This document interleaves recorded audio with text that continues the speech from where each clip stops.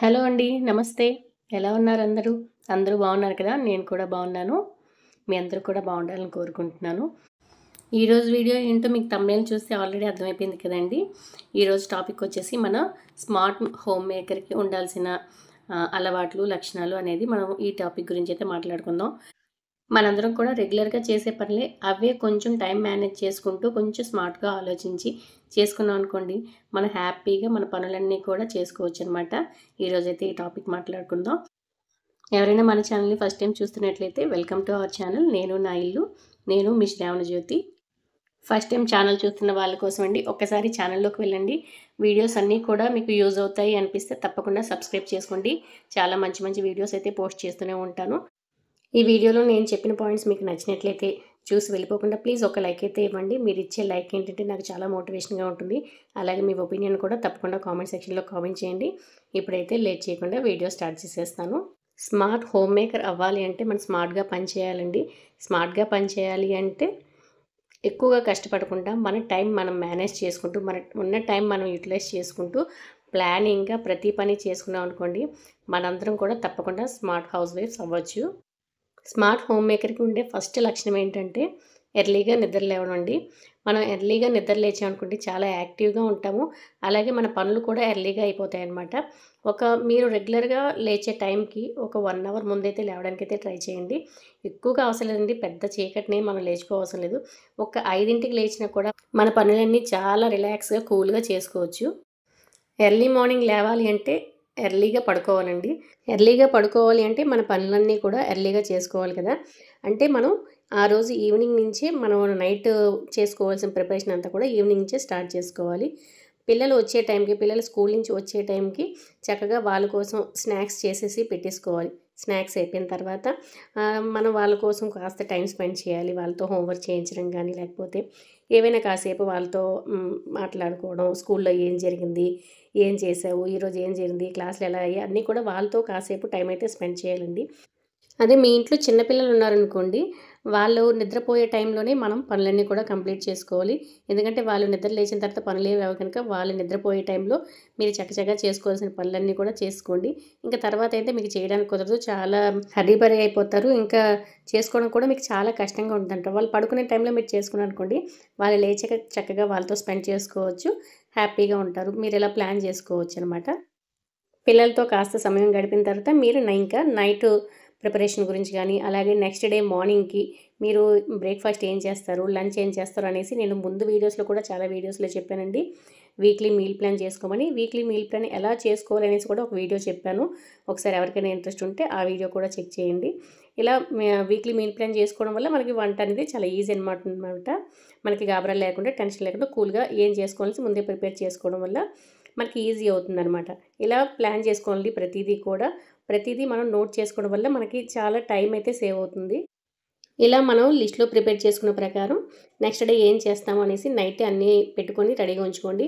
ఎందుకంటే ఉదయం మనకి లంచ్ బాక్స్‌ల ప్రిపరేషన్ అన్నీ ఉంటాయి కదా! లంచ్ బాక్స్ కట్టడం చాలా మనం గాబరా అవ్వకుండా ముందు రోజే కట్ చేసుకోవాల్సినవి కట్ చేసుకొని పెట్టుకోవడం.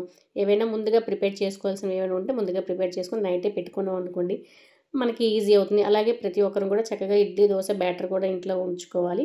అలా ఉంచుకోవడం వల్ల మనకు టెన్షన్ లేకుండా పొద్దున్నే ఏదో ఒక బ్రేక్‌ఫాస్ట్ అయితే రెడీ చేసుకుంటాం. ఇవన్నీ ఆల్మోస్ట్ అందరికీ తెలిసినవే. ఇంకెవరికైనా తెలియకపోతే యూజ్ అవుతాయని నేనైతే చెప్తున్నానండి. నెక్స్ట్ డే కోసం ఏమేమి ఉండాలి అన్నీ చూసుకొని పక్కన పెట్టుకున్న తర్వాత, మనకి నైట్ అయితే ఏ డిన్నర్ చేస్తామో అది కూడా కంప్లీట్ చేసేయాలండి తొందరగా. నైట్ డిన్నర్ ప్రిపరేషన్ అనేది మనం డిన్నర్ చేసి ఒక గంట ముందే మనం అయితే వంట చేసి రెడీ పెట్టుకుని ఉంచుకోవాలండి.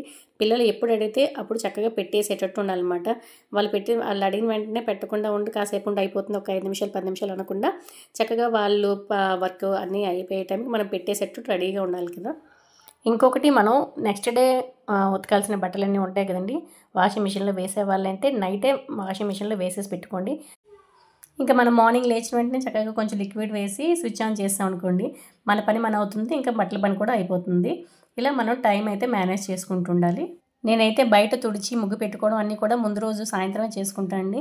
అలాగే పూజ సామాన్లు కూడా నేను సాయంత్రమే క్లీన్ చేసుకొని పెట్టేసుకుంటాను. ఎందుకంటే నాకు ప్రతిరోజు కూడా పొద్దున్న దీపం పెట్టిన తర్వాతే వంట స్టార్ట్ చేయడం నాకు అలవాటు. ఇప్పటి నుంచి కాదండి, నాకు పెళ్ళైనప్పటి నుంచి కూడా నాకు అదే అలవాటు. దీపం పెట్టకుండా నేను ఏ పనులు స్టార్ట్ చేయను. అందుకని చెప్పి తొందరగా అవుతుందని నేను ముందు రోజే దేవుడి సామాన్లు శుద్ధి చేసుకోవడం, ఇంకా బయట ముగ్గు పెట్టుకోవడం చేసుకుంటాను. ఎందుకంటే నాకు కాస్త టైం అనేది సేవ్ అవుతుంది. ముందు రోజు అలా ముగ్గు పెట్టచ్చో లేదో నాకు తెలియదు కానండి, మరి నేను మొదటి నుంచి కూడా అదే ఫాలో అవుతున్నాను. ఎందుకంటే పొద్దున్న లేచి ముగ్గు పెట్టాలి అంటే మనకి ఇంకా ఒక 10 నిమిషాలైనా అవుతుంది కనుక, మరి ఆ టైం అయినా అంటే కొంచెం ఎర్లీగా దీపం పెట్టేది కొంచెం ఎర్లీగా పెట్టుకుంటే మంచిదని ఇంకా ముందు రోజే చేస్తాను.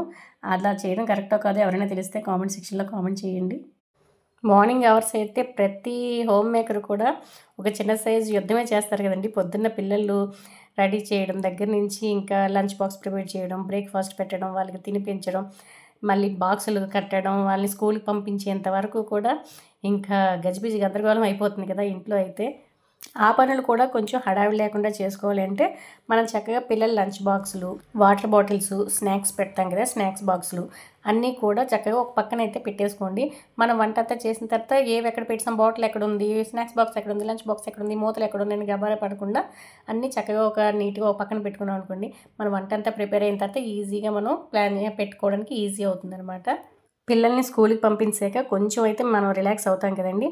ఆ కొంచెం కొద్దిసేపు అయితే మాత్రం ఏవైనా మీరు కాఫీ టీలు తాగే అలవాటు ఉంటే కాఫీ టీలు తాగడం కానీ, ఏవైనా కూడా కొంచెం డీటాక్స్ వాటర్ తాగడం కానీ, ఏవైనా కూడా మీకోసం మీరైతే కాస్త టైం అయితే మాత్రం స్పెండ్ చేయండి. వెంటనే మళ్ళీ పనిలోకి వెళ్ళిపోకుండా మనం పొద్దున్న లేచినప్పటి నుంచి ఇంకా 8:30, 9 వరకు కూడా హడావిడిగా ఉంటాం కదా పిల్లల్ని పంపించినంత వరకు.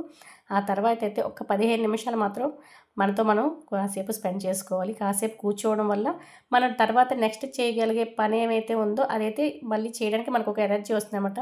వెంటనే పని స్టార్ట్ చేసినా కూడా మనం చేయలేము. మన ఎనర్జీ లెవెల్స్ కూడా చాలా తగ్గిపోతాయి. ఎందుకంటే ఇంకా హడావిడిగా చేస్తాం కదా, కాస్త రిలాక్సేషన్ అయితే చాలా అవసరం. ఒక 15-20 నిమిషాలు అయితే మీతో మరియు కొంచెం గడపండి.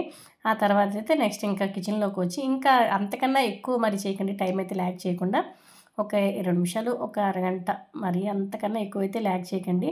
ఇంకా తర్వాత వచ్చి కిచెన్లోకి వచ్చి కిచెన్ అంతా కూడా క్లీన్ చేసుకొని, సింక్లో ఉన్నవంతా కూడా మొత్తం క్లీన్ చేసేసి హ్యాపీగా మరి కాసేపు అయితే కూర్చొని ఇంకా మనకి బట్టలు మన కోసం వెయిట్ చేస్తుంటాయి కదా, ఆ బట్టలన్నీ ఆరబెట్టుకొని ఇంకా పిల్లలు వెళ్ళినప్పుడు ఇంకా హడావిడి ఇల్లంతా కూడా గజిబిజి గందరగోళం అయితే అవుతుంది కదా, మొత్తం అన్నీ కూడా ఒక పావు గంట 15 నిమిషాలు ఇవన్నీ కూడా ఒక్కొక్క పనికి కేటాయించుకొని చక్కగా కంప్లీట్ చేసుకోండి. ఇంకా ఇప్పుడు మీరు ఫ్రీ అవుతారు కదా, ఈ టైంలో ఒక లిస్ట్ అయితే ప్రిపేర్ చేసుకోండి. ఈరోజు మీరు ఏమేమి చేయాలి, బయటికి వెళ్ళి ఏవైనా కొనాల్సి ఉన్నా, లేకపోతే పిల్లలకి స్కూల్కి వెళ్ళాలన్నా, పిల్లల కోసం ఏమైనా చేయాలి అనుకున్నా, ఈరోజు మీరు ఏం చేయాలనుకుంటున్నారో అదే ఒక టు డూ లిస్ట్ అయితే ప్రిపేర్ చేసుకోండి. అలా ప్రిపేర్ చేసుకోవడం వల్ల ఏంటంటే మనకి అది కనిపిస్తుంది కనుక ఈరోజు చేయవలసినవన్నీ కూడా మనకు గుర్తు చేస్తుంది అనమాట. ఒకవేళ మనం చేయకుండా బద్దకించినా కూడా ఈరోజు మనం ఇది కంప్లీట్ చేయాలి అనేసి అది మనకు చెప్తుంది. అది మీకు కనిపించేటట్లు ఒక బుక్లో కానీ లేకపోతే ఒక ఏదైనా పేపర్ మీద రాసుకొని మనం ఫ్రిడ్జ్కి కానీ ఏదైనా ఎక్కడైనా కనిపించేటట్లు పెట్టుకుంటే మనకని కనిపిస్తుంది కనుక మనకు ఒకవేళ బద్దకించిన ఆ పని అయితే కంప్లీట్ చేస్తాం. ఇంకా తర్వాత మనకి లంచ్ అవర్ అవుతుంది కదా, ఇంకా లంచ్ చేసిన తర్వాత ఒక 20 నిమిషాలు కానీ ఒక అరగంట కానీ మధ్యాహ్నం కాసేపు అలా తల వాల్చండి. మరీ డీప్ స్లీప్ కాకుండా జస్ట్ నార్మల్గా కొంచెం పడుకోండి. అలా కాసేపు పడుకోవడం వల్ల మనకి ఏంటంటే మైండ్ మళ్ళీ యాక్టివేట్ అవుతుందన్నమాట. మళ్ళీ చక్కగా యాక్టివ్ అయ్యి మనకి ఈవినింగ్ చేసుకునే పనులకైతే మనకి ఎనర్జెటిక్గా ఉంటుందన్నమాట. కాసేపు నిద్ర మనకి చాలా మంచిదేనండి, అది అన్హెల్దీ ఏం కాదు. అదే గంట 2 గంటలు ఇంకా తెలియకుండా నైట్ పడుకునేటట్టు పడుకుంటే మాత్రం అది మనకి ఒంటికైతే అసలు మంచిది కాదు. కొంచెం ఒక 15 నిమిషాలు 20 నిమిషాలు పడుకోవడం వల్ల మనకి మళ్ళీ యాక్టివ్ అవుతాం. అదేం తప్పు కాదు, అది హెల్త్ పరంగా కూడా చాలా మంచిదే. మనలో చాలామంది ఎక్కువగా ఫీల్ అయ్యేది ఏంటంటే, అబ్బా ఈ ఇంటి పనులు ఎంత చేస్తున్నా అవ్వట్లేదు, ఎంత చేస్తున్నా తరగట్లేదు, ఏదో ఒకటి పని ఉంటుంది అనుకుంటాం. అది కామనేనండి, ప్రతి ఒక్కరం కూడా అనుకుంటాం. ఎందుకంటే హౌస్ వైఫ్ పని అయితే అంత ఈజీ కాదు. కానీ మనం ఒక్కటి దృష్టిలో పెట్టుకోవాలి, పూర్వం మన పెద్దవాళ్ళు చేసే పనులన్నీ కూడా గుర్తు చేసుకున్నట్లయితే మన పని ఎంత ఈజీ అనుకుంటాం. వాళ్ళు ప్రతి పనికి కూడా ప్రతిదీ కూడా రుబ్బేవాళ్ళు, దంచేవాళ్ళు, వాకిలి చూస్తే ఈ చివరి నుంచి ఆ చివరి వరకు ఊడ్చడం, కల్లాపులు వేయడం, ముగ్గులు పెట్టడం, పెద్ద పెద్ద ముగ్గులు వేయడం, నీళ్ళు కూడా ఇప్పుడైతే మనం చక్కగా ఇంట్లో ట్యాపులు తిప్పేస్తున్నాం, అన్నీ అవుతుంది. నీళ్ళు కూడా దొరకని ప్లేసులు, ఎంతో దూరం వెళ్ళి మంచినీళ్ళు తెచ్చుకోవడం, ఎన్ని పనులు చేసేవాళ్ళండి. వాళ్ళ పనులతో పోల్చుకుంటే మన పని ఒక లెక్క చెప్పండి. ఇప్పుడు మనం చేసే ప్రతి పని కూడా ఎంత ఈజీ అయిపోయింది. అంతే, అన్నీ కూడా స్విచ్లు నొక్కడమే. ఒక్కసారి మనం గుర్తు తెచ్చుకోనమాట, మనం ఇంత పని చేయలేకపోతున్నాం, ఇంత చాలా కష్టంగా ఉంది ఈ పని చేయాలంటే అనుకునేటప్పుడు ఒక్కసారి మన పెద్దవాళ్ళు చేసే పనులు గుర్తు చేసుకుంటే అప్పుడు అనిపిస్తుంది, అయ్యో మనం ఈ మాత్రం పని కూడా చేయలేమా, వాళ్ళంతా కష్టపడేవాళ్ళు అనేసి ఒకసారి గుర్తు చేసుకుంటే మన పని మనం ఈజీగా చేసుకోవచ్చు అనమాట. ఏదైనా మన మైండ్ సెట్ అండి. మనం ఎంత పని చేయలేకపోతున్నాం అది ఇంకా కష్టంగా ఫీల్ అవుతుందనమాట మన మైండ్. అమ్మో! నీకు ఇంత పని ఉంది అని చెప్పి మళ్ళీ మనకు చేసే పని చేయనివ్వకుండా చేస్తుంది. అదే ఇదేం పెద్దవాళ్ళేం కాదు.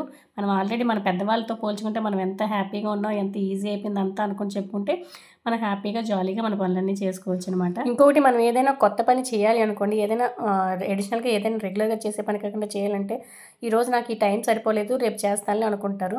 ఒక్కసారి ఆలోచించండి, మనకెందుకు టైం ఉండదు. మనం టైం మేనేజ్‌మెంట్ కరెక్ట్‌గా చేసుకోవడం వల్ల, మనం చేసే పనులు ప్లానింగ్ లేకపోవడం వల్ల మాత్రమే మనకు టైం ఉండదు. కాకపోతే తప్పకుండా మనందరికీ కూడా టైం ఉంటుందండి. డేలో 24 అవర్స్‌లో 8 అవర్స్ నిద్రకు తీసినా, ఇంకా 16 అవర్స్ అయితే మనకుంటుంది కదా! 16 అవర్స్‌లో మనం చేసే ఉదయం నుంచి సాయంత్రం వరకు చేసే పనులన్నీ కూడా ఒక్కసారి చూసుకోండి. 8 అవర్స్ కన్నా ఎక్కువైతే ఉండదు. ఇంకా మనకి చేయాలంటే 8 అవర్స్ ఉందండి. ఏ పని కూడా చేయాలనుకున్నా, చక్కగా నేర్చుకోవాలనుకున్నా, కొత్త పనులు చేయాలన్నా, రెగ్యులర్‌గా చేసే పనులు కాకుండా ఇంకేమి చేయాలన్నా మనకి ఇంకా 8 అవర్స్ మిగులుతుంది. నిజంగా చెప్పాలంటే ఇంత టైం మనకుందా అనుకుంటారు. ఒక్కసారి మీరే చూసుకోండి. ఒక్కసారి మీరు రోజంతా చేసే పనులు ఎన్ని అవర్స్ చేస్తున్నారో ఒకసారి చూసుకోండి. నేను చెప్పింది కరెక్టో కాదో మీరే ఒకసారి చెక్ చేసిన తర్వాత కామెంట్ సెక్షన్‌లో కామెంట్ చేయండి. ఇలా మీ టైం మీరు మేనేజ్ చేసుకుంటూ ప్రతిదీ కూడా ప్లాన్ చేసుకొని రాసుకొని అలవాటు చేసుకోండి. చక్కగా స్మార్ట్ హౌస్ వైఫ్‌గా మీరు కూడా అవుతారు. మీరు స్మార్ట్‌గా చేసుకునే పనులు ఏవైనా ఉంటే నాకు కామెంట్ సెక్షన్‌లో కామెంట్ చేయండి. నేను కూడా స్మార్ట్‌గా ఇంకా తయారవుతాను. నేను కలిపి స్మార్ట్ హౌస్ వైఫ్‌గా అవుతాం. ఈ వీడియో గనుక నచ్చితే తప్పకుండా లైక్ చేయండి. అలాగే మీ ఒపీనియన్‌ను కామెంట్ సెక్షన్‌లో కామెంట్ చేయడం మాత్రం మర్చిపోవద్దు. మరొక మంచి వీడియోతో కలుద్దాం. ఇట్లు మీ శ్రావణ జ్యోతి.